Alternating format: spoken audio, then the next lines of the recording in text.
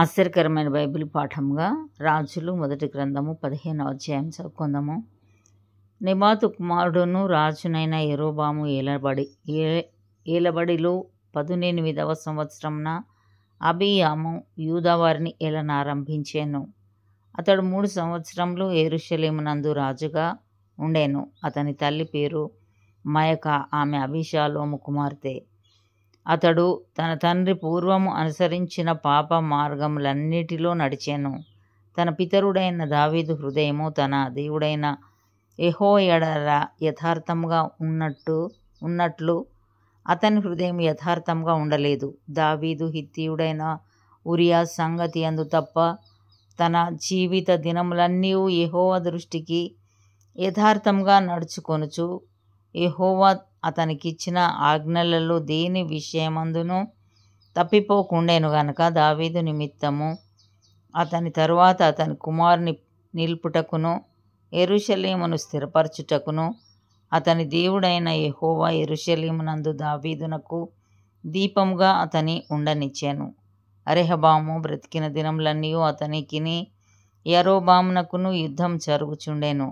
అబీయాము చేసిన ఇతర కార్యములను గూర్చియు అతడు చేసిన వాటన్నిటిని గూర్చియు యూదా రాజుల వృత్తాంతముల గ్రంథమందు వ్రాయబడి ఉన్నది. అబీయామునకును యరొబామునకును యుద్ధం కలిగి ఉండెను.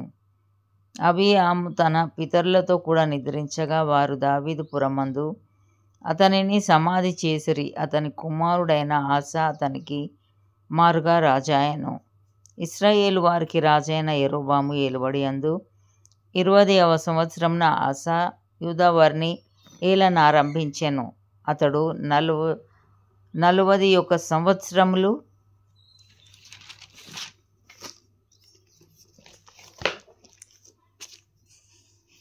యెరూషలేమునందు ఏలుచుండెను. అతని అవ్వ పేరు మయక, ఈమె అబీషాలోము కుమార్తె. ఆసా తన పితరుడైన దావీదు వలె యెహోవా దృష్టికి యథార్థముగా నడుచుకొని పురుషగాములను దేశంలో నుండి వెళ్ళగొట్టి తన పితరులు చేయించిన విగ్రహములన్నిటినీ పడగొట్టెను. మరియు తన అవ్వయైన మయక అసహ్యమైన ఒకదాని చేయించి దేవతా స్తంభము ఒకటి నిలుపగా ఆసా ఆ విగ్రహమును చిన్న భిన్నములుగా కొట్టించి కిద్రోను ఓరను దాని కాల్చివేసి ఆమె పట్టపు దేవి కాకుండా ఆమెను తొలగించెను.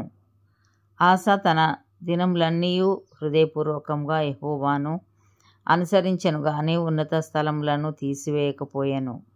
మరియు అతడు తన తండ్రి ప్రతిష్ఠించిన వస్తువులను తాను ప్రతిష్ఠించిన వస్తువులను వెండియు బంగారమును ఉపకరణములను యెహోవా మందిరంలోనికి తెప్పించెను. వారు బ్రతికిన దినములన్నిటను ఆసాకును ఇశ్రాయేలు రాజైన బయెషాకును యుద్ధము జరుగుచుండెను. ఇశ్రాయేలు రాజైన బయెషా యూదా వారికి విరోధి అయి ఉండి యూదా రాజైన ఆసా యుద్ధ నుండి ఎవరునూ రాకుండాను అతని యొద్దకు ఎవరునూ పోకుండాను రామా పట్టణమును కట్టించెను. కాబట్టి ఆసా యెహోవా మందిరపు ఖజానాలోను రాజనగరు యొక్క ఖజానాలోను శేషించిన వెండి అంతయు బంగారమంతయు తీసి తన సేవకుల చేతికి అప్పగించి హెజ్యోనునకు పుట్టిన టబ్రిమ్మోను కుమారుడును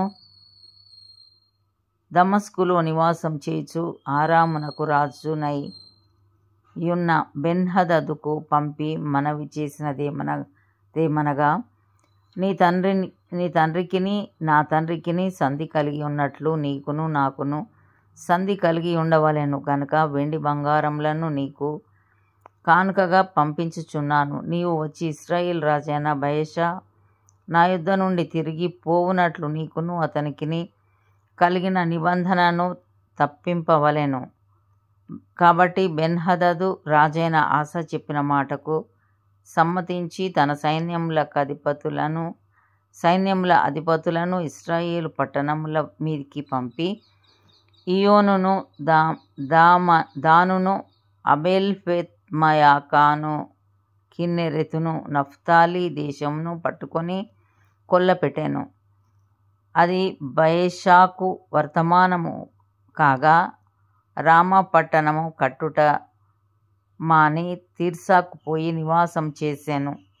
అప్పుడు రాజైన ఆసా ఎవరునూ నిలిచిపోకుండా యూదా దేశపు వారందరూ రావలెనని ప్రకటన చేయగా జనులు సమకూడి బయెషా కట్టించుచుండిన రామ పట్టణపు రాళ్లను కర్రలను ఎత్తుకొని వచ్చిరి. రాజైన ఆసా వాటి చేత బెన్యామీను సంబంధమైన గిబను మిస్పాను కట్టించెను. ఆసా చేసిన ఇతర కార్యములను గూర్చియు అతని బలమంతటిని గూర్చియు అతడు చేసిన సమస్తమును గూర్చియు అతడు కట్టించిన పట్టణములను గూర్చియు యూదా రాజుల వృత్తాంతముల గ్రంథమందు వ్రాయబడి ఉన్నది.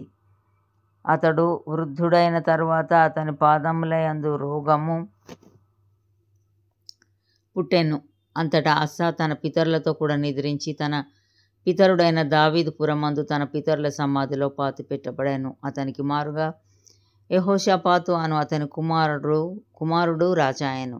యెరోబాము కుమారుడైన నాదాబు యూదా రాజైన ఆసా ఏలుబడిలో 2వ సంవత్సరమందు ఇశ్రాయేలు వారిని ఏలనారంభించి ఇశ్రాయేలు వారిని 2 సంవత్సరములు ఏలెను. అతడు యెహోవా దృష్టికి కీడు చేసి తన తండ్రి నడిచిన మార్గమందు నడిచి అతడు దేని చేత ఇశ్రాయేలు వారు పాపం చేయుటకై కారకుడాయనో ఆ పాపమును అనుసరించి ప్రవర్తించెను. ఇశ్శాఖారు ఇంటి సంబంధుడును అహీయా కుమారుడునైన బయెషా అతని మీద కుట్ర చేసెను. నాదాబును ఇశ్రాయేలు వారందరూ ఫిలిస్తీయుల సంబంధమైన గిబ్బెతోనునకు ముట్టడి వేయుచుండగా గిబ్బెతోనులో బయెషా అతని చంపెను. రాజైన ఆసా ఏలుబడిలో 3వ సంవత్సరమందు బయెషా అతని చంపి అతనికి మారుగా రాజాయను.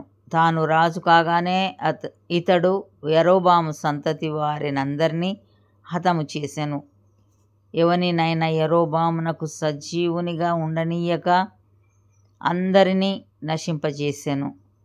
తన సేవకుడైన షిలోనీయుడైన అహీయా ద్వారా యెహోవా సెలవిచ్చిన ప్రకారముగా ఇది జరిగెను. తాను చేసిన పాపముల చేత ఇశ్రాయేలు వారు పాపం చేయుటకు కారకుడై యరొబాము ఇశ్రాయేలీయుల దేవుడైన యెహోవాకు కోపం పుట్టింపగా ఈలాగున జరిగెను. నాదాబు చేసిన ఇతర కార్యములను గూర్చియు అతడు చేసిన దానినంతటిని గూర్చియు ఇశ్రాయేలు రాజుల వృత్తాంతముల గ్రంథమందు వ్రాయబడి ఉన్నది. వారి దినములన్నిటను ఆసాకును ఇశ్రాయేలు రాజైన బయెషాకును యుద్ధం జరుగుచుండెను.